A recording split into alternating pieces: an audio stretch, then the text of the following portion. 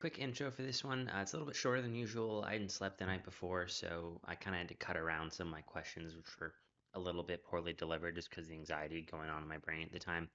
Nimbus was a tremendous guest. I think they really helped out and made the interview what it is, so I really have to give props to them for being so wonderful. But that's all I have for you. Subscribe if you like the video. All right, hope you enjoy. What do you think the role of, fan art is in like the development of, artists and people finding their voices? I definitely think it's like a very good first step for artists developing their craft. And I consider fan art to be all kinds of different mediums too. Like I consider fan fiction to be fan art. It's just written word.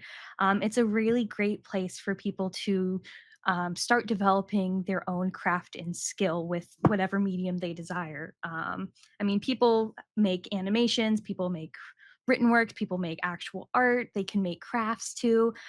It's a really great first step because you don't really feel the pressure of having to be original with it.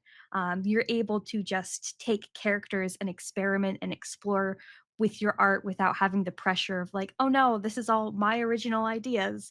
But fan art has, it's not your own characters.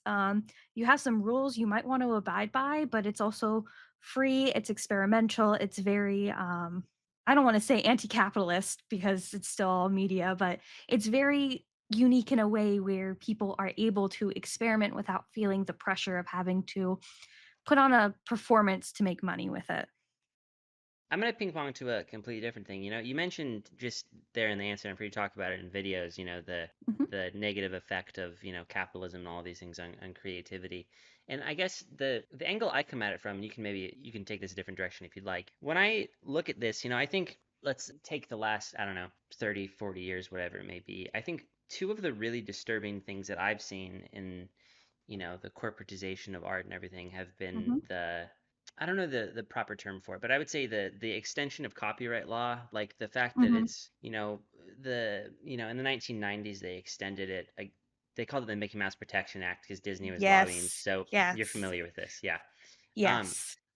and I think that's like really quite a robbery from the Mhm, creativity of, the entire world to keep these things that were made, the people who made them are no longer able to profit off them, whatever.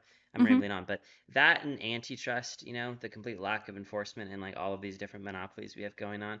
I guess so mhm. that's the angle I come at it from, but just from your perspective, what do you think the, effect of our economic system is on the creative freedom or the creative juices in our culture? It's actually kind of fascinating you mentioned the Mickey Mouse law 'cause, I have a background in communications, that's what I studied in college, and I took media law and media theories a lot, which I kind of might apply towards my work later on, but I think it's kind of a double-edged sword where modern creators obviously do deserve like protections and stuff for copyright because people are out there plagiarizing. Like, there was a whole video on it on YouTube, what, 2 years ago by H Bomber Guy, all about Hmm. how rampant plagiarism is, not just on YouTube, but kind of everywhere. I think it's very fair for artists who are currently alive to want to protect their work. But on the other hand, too, it's like there are some works that do not need to be like copyrighted as heavy as they are. Like, again, like if someone's been dead for 20, 30 years, their copyright should kind of go towards public domain. It's like it's a double-edged sword where on the one hand, nowadays you want that protection, but also some people who are not around anymore and not just getting direct profit from it don't need the copyright. It's a very complicated thing. I think rewriting the laws to make it more equal would be preferable, but I'm also like I have an undergraduate degree in communications. I took one law class. I don't know how or where we would start with that, but it definitely needs to be something where artists should be able to protect their works, especially from like AI generation and stuff, but also some people like not naming names or any kind of corporations going crazy with copyright stuff do need to get taken back a bit. And the same goes for like certain corporations who are like buying out all media empires and stuff. Not naming names, but I'm sure you know what I mean. Well, on a completely unrelated question, not in any way related to any corporation you were Mhm. mentioning, if you, for example, were the overlord of Disney, uh, what what do you think the philosophical difference would be between you and the current leadership? How would you prioritize things differently? I would definitely put the emphasis back on storytelling again. Right now, it's all about profit. And while it is good, I personally think it is good for people to make money from their art. That's just how they survive as a human being. I don't mind it when people make money from their art, and profit would be good for a corporation, unfortunately. But I would put more of that emphasis back on storytelling. I mean, I grew up in the early 2000s. The 2D animated films were what I watched for most of my childhood, so they do hold, like, a special place in my heart where but I'm also, like, I swear I'm not a Disney adult. I actually don't really watch a lot of Disney anymore. Um, but back to the emphasis on storytelling and actual quality over quantity. They need to cook more. We need to keep them cooking a bit more before they get churned out. Maybe what is it that you saw growing up that inspired you or that Mhm. matters to you now that you're maybe not seeing nowadays? What is it that you would like to reintroduce? Oh, that is such a good question. I would definitely like to reintroduce like the classic form of storytelling, I guess, that Disney used to have, where it wasn't focused on like the what could be um witty today, like not so much a focus on the actual comedy of films, but more focused on like the actual story and just have comedy be a sidebar. I think I did a stream a few months ago looking over someone, Modern Girl's video about the adorkable problem. And while I do agree she has some points to make with it, especially where how a lot of modern Disney films are like family comedy films, even if they don't say they're comedy films, they are very heavy on the comedy. Kind of just dialing that back a bit to make the movies a bit more serious. Like Mulan, it was a fun movie. It has its comedic moments, but it's also serious, bringing back that balance of like, yeah, you can have serious things with funny moments, not so much a whole movie full of jokes that are like crammed down your throat and then like one serious moment everyone can talk about on social media. I'll take us down from the corporate level and Mhm. I'll bring us down just a little bit. You know, you've talked about that you believe that kids, deserve great media, great movies, all these Mhm. things. So, let's if we take it down just a smaller scale, let's say instead of Disney, let's say you're the overlord of Ohio. The education system. What Oh god.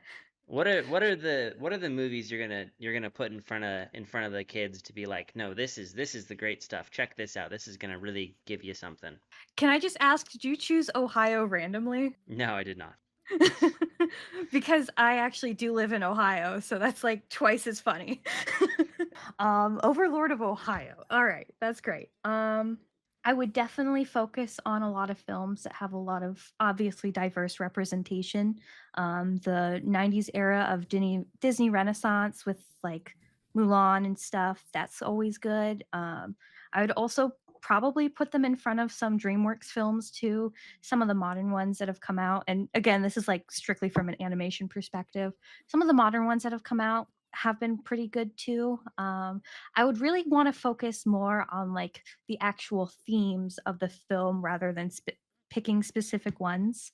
If I want to teach kids about like, hey, here's the meaning of like relationships, I choose an animated film that can easily digest that theme in a way that kids would understand. I can't pull one off the top of my head, but movies that have specific themes exploring like topics about grief because you know as dark as it seems, we are all going to die one day. People are going to die around us. I think it would be important to have things that we can show kids all about grief and dealing with it, so they know how to deal with it when they have to deal with it.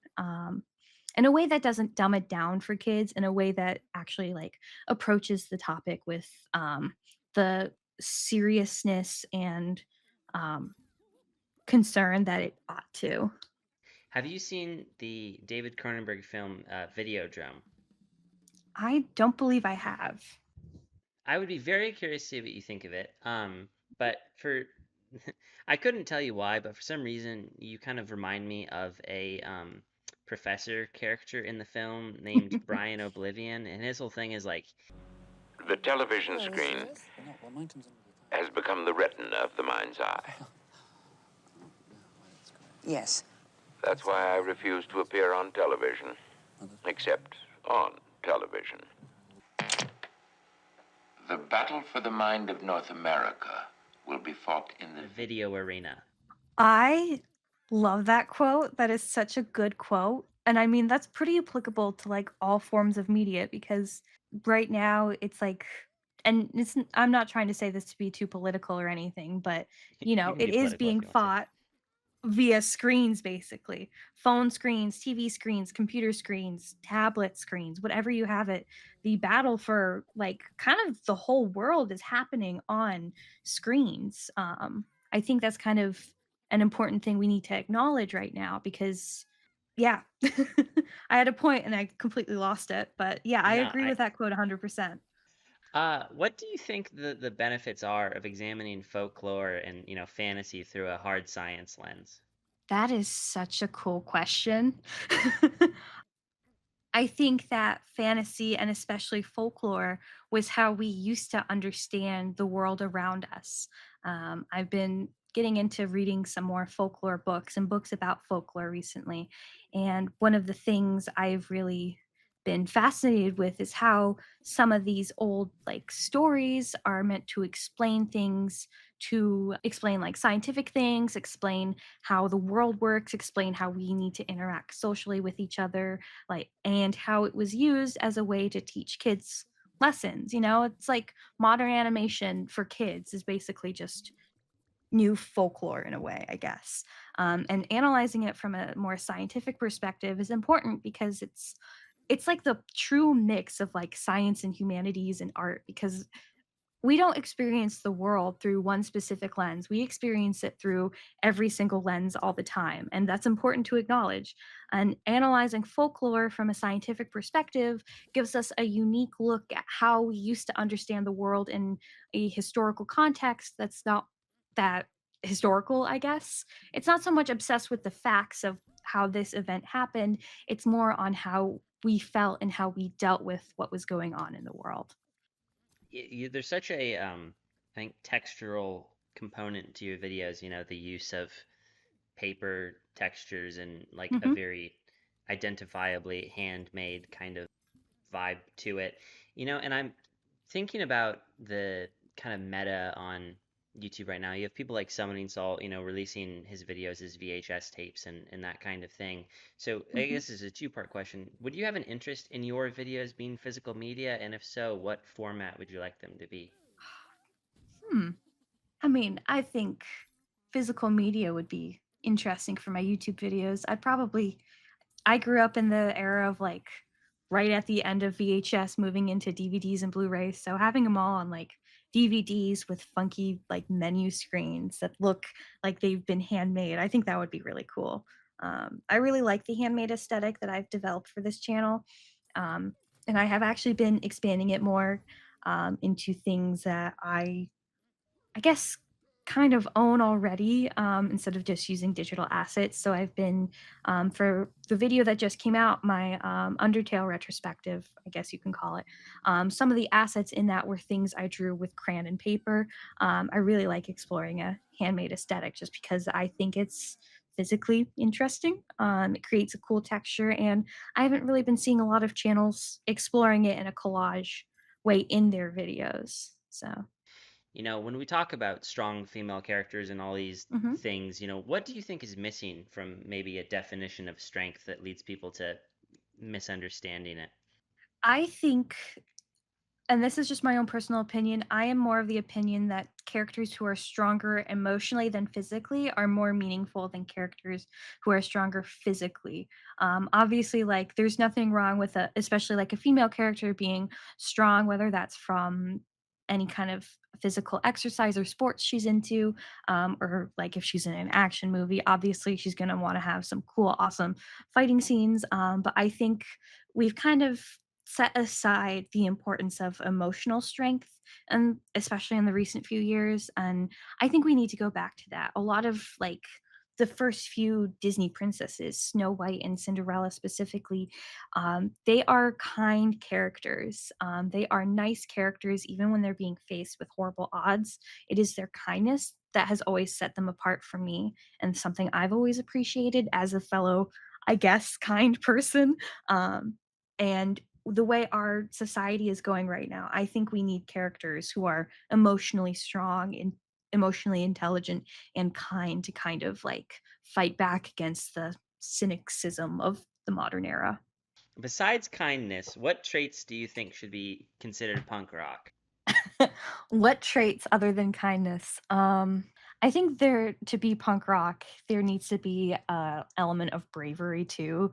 Because if you're just going to be like, "Oh yeah, I'm punk rock," but never do anything about it or act on it, then are you really punk rock?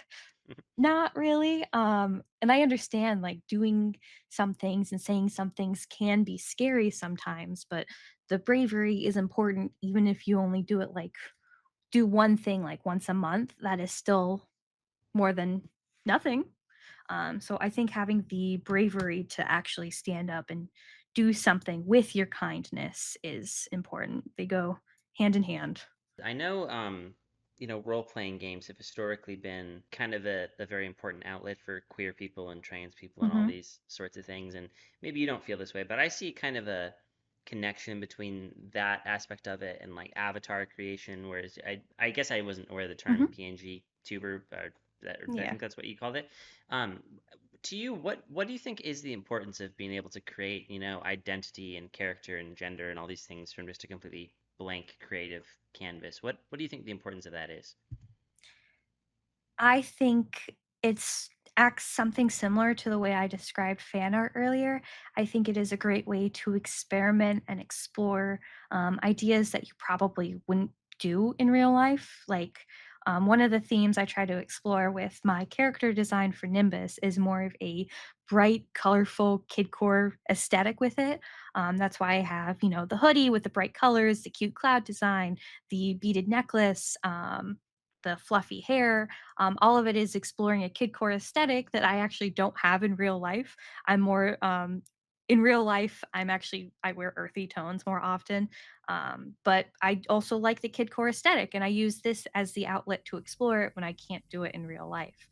And I think that goes hand in hand with like exploring things and figuring things out gender wise, sexuality wise, in designing characters. Do you find that in your personal life you end up taking things from your avatar design or from your, yeah, you understand what I'm asking. Yeah, I'm picking you up. I guess I have gotten, I don't know how to say this, Take your time. Yeah, no worries. sillier since I started taking on the Hmm. persona of Nimbus with content creation, and there are the dogs. I've gotten a little sillier since taking on this persona. I've gotten a little more whimsical. I'm trying to like be more joyous in the things I do every day.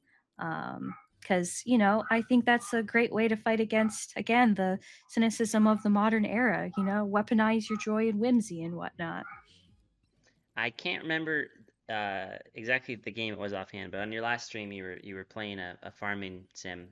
What is it about that idea of a farming sim, of living in a small town and having your own farm? What do you think it is about that is so appealing to so many people? I think a lot of people like it because, and this is like a bit of a tinfoil hat moment, it allows them to experience the joys of capitalism without it being too late stage. Because, you're selling things, you're making money, you're making the number go up, whatever the in game money system is, you are making the number go up, you are collecting things. I think a lot of it is just like capitalism relaxation simulator sometimes. And I'll acknowledge it like, yeah, I like some of those things too. I like seeing number go big. And I think on top of the chill aesthetics of those games, which is always fun to think about. Like people are always like, "Oh, these games are so cozy." Meanwhile, like if you're playing Stardew Valley, you're fighting for your lives in the Skull Cavern, and I would not call that cozy or relaxing, but you do you, I guess. I feel like maybe there's this kind of idealized vision of like a small town community that Hmm. nowadays, I think that idea of like small town rural areas, especially in the States nowadays, is a very conservative kind of undertone to it, which is like Hmm. that's a very modern invention, that's like it's not it's not a naturally occurring thing. That was like a thing that was orchestrated for a lot of political and historical reasons that I'm sure you were aware of. But um, Hmm.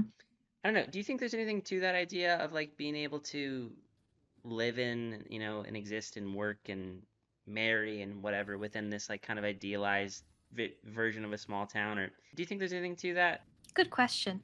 Um, I think the way that we've kind of romanticized small towns is similar to the way we've almost romanticized like walkable cities, because I think right now we are all like, even before the pandemic, we were very isolated from each other.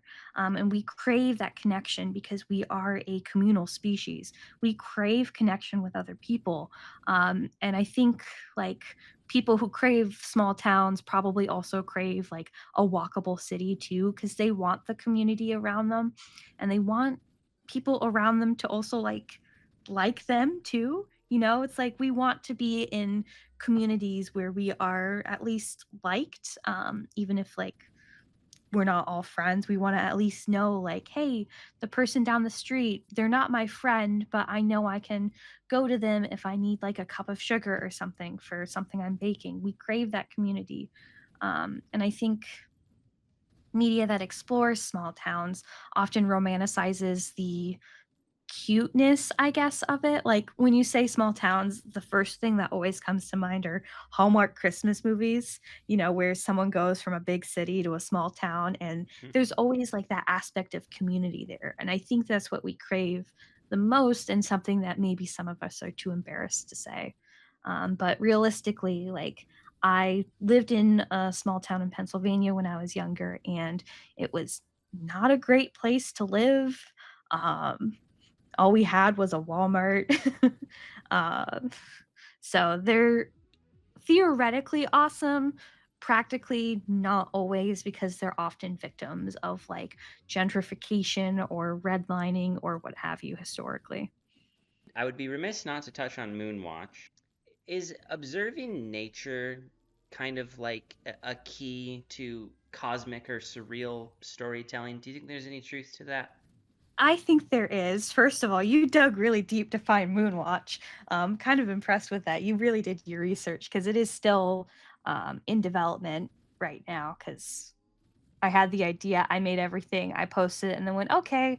But yeah, I think for surreal storytelling, I think it's really great to explore themes of like observing nature and cosmic beings, because like to tie back to like folklore and stuff, back in the old days, that's all we could really do for kind of fun, I guess, just kind of watch the birds, watch the um, moon, track it. Yeah, I think it's really good for surreal storytelling. Uh, and I had another point I wanted to make, but it just completely flew out of my mind. I'm just like kind of impressed you dug deep enough to find Moonwatch. Did the idea just come from like an overall vibe or like themes you wanted to explore? Where did it so start from? so the idea for Moonwatch, and this might sound a little cringe, Try one me, of try my me. like guilty pleasures, and I hate using the term guilty pleasure, but because it's not Oh, really guilty, but I enjoy watching Minecraft YouTubers a lot. hmm. So the idea for Moonwatch came specifically from the end of season 8 of Hermitcraft. In that season finale, they explore this idea of the moon crashing down on their Earth. They even have like this beautifully animated cutscene. Granted, it is in the Minecraft style, so it looks a little goofy, of the moon crashing onto like all the builds they've made throughout the whole season. And I thought that is such kind of cool thing to like explore, like a more whimsical way of exploring that movie Moonfall or whatever it's called. Because like Yeah. Moonfall I is like hate all the that. sign. It's the worst movie I've like ever seen. I have not seen it, but I've seen clips of it. So I guess I've kind of seen a bit of it. But like, disaster movies like that are always explored through like the scientists and political leaders who are trying to stop it. But what if it's only like being documented by someone in a small town? What if it's like one person is what if we're exploring it from the perspective of a regular person who's kind of just watching this happen?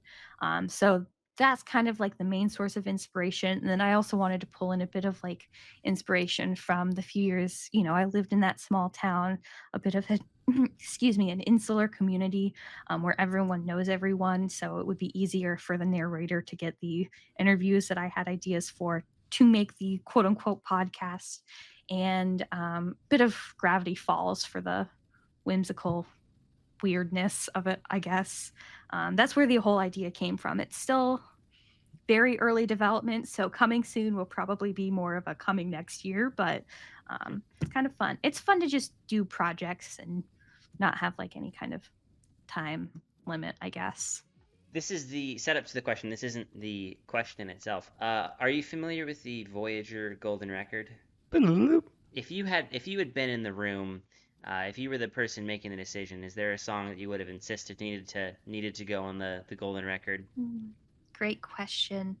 I definitely think, and I don't know what kind of piece, but I definitely think some kind of like early like jazzy piece. Because Mozart's cool, classic piano is cool, but something that really kind of has a vibe to it. And I'm no music critic or anything. I suck at talking about music. I just like to listen to it. But I definitely think something that is lively, that can show like go with the other things and show the dichotomy of like the different kinds of art we can create that we can share with whoever or whatever is out there. I think something more springy, I guess. What kind of art do you think the world needs more of right now? Is it a cheap answer to say it just needs more of everything? It's not a cheap answer. I'd be curious Yeah. if you could elaborate on that, perhaps. Because we need more art from everywhere right now. We need it less from, it's going to be a typical answer, less from big corporations, more from independent people. But we need it from everyone. We need art from everyone right now. One of the things I really want to explore one day is like, hey, just because someone's art isn't like a painting or a piece of written work doesn't mean it's not art. I consider like people who create TVs and phones, engineers, I consider them artists because Hmm. they are the creative minds behind like putting these really cool machines together. I think we just need more art of all kind from everyone, whether that's good art or bad art. Because one of the things that I think sets us apart from a lot of species of animals out there is the human desire to create. And we need to embrace that. We need to embrace that in order to like come more together as a species, because that's one of the things that unites us all over the world. Like people are drawing faces in dirt everywhere, people get bored enough to do that. People are making things, and we need to recognize it as it is, as art, whether it's a scientific form of art or like a more typical definition of art. I think we just need art from everyone all around the world right now. Pronto, give it to me now.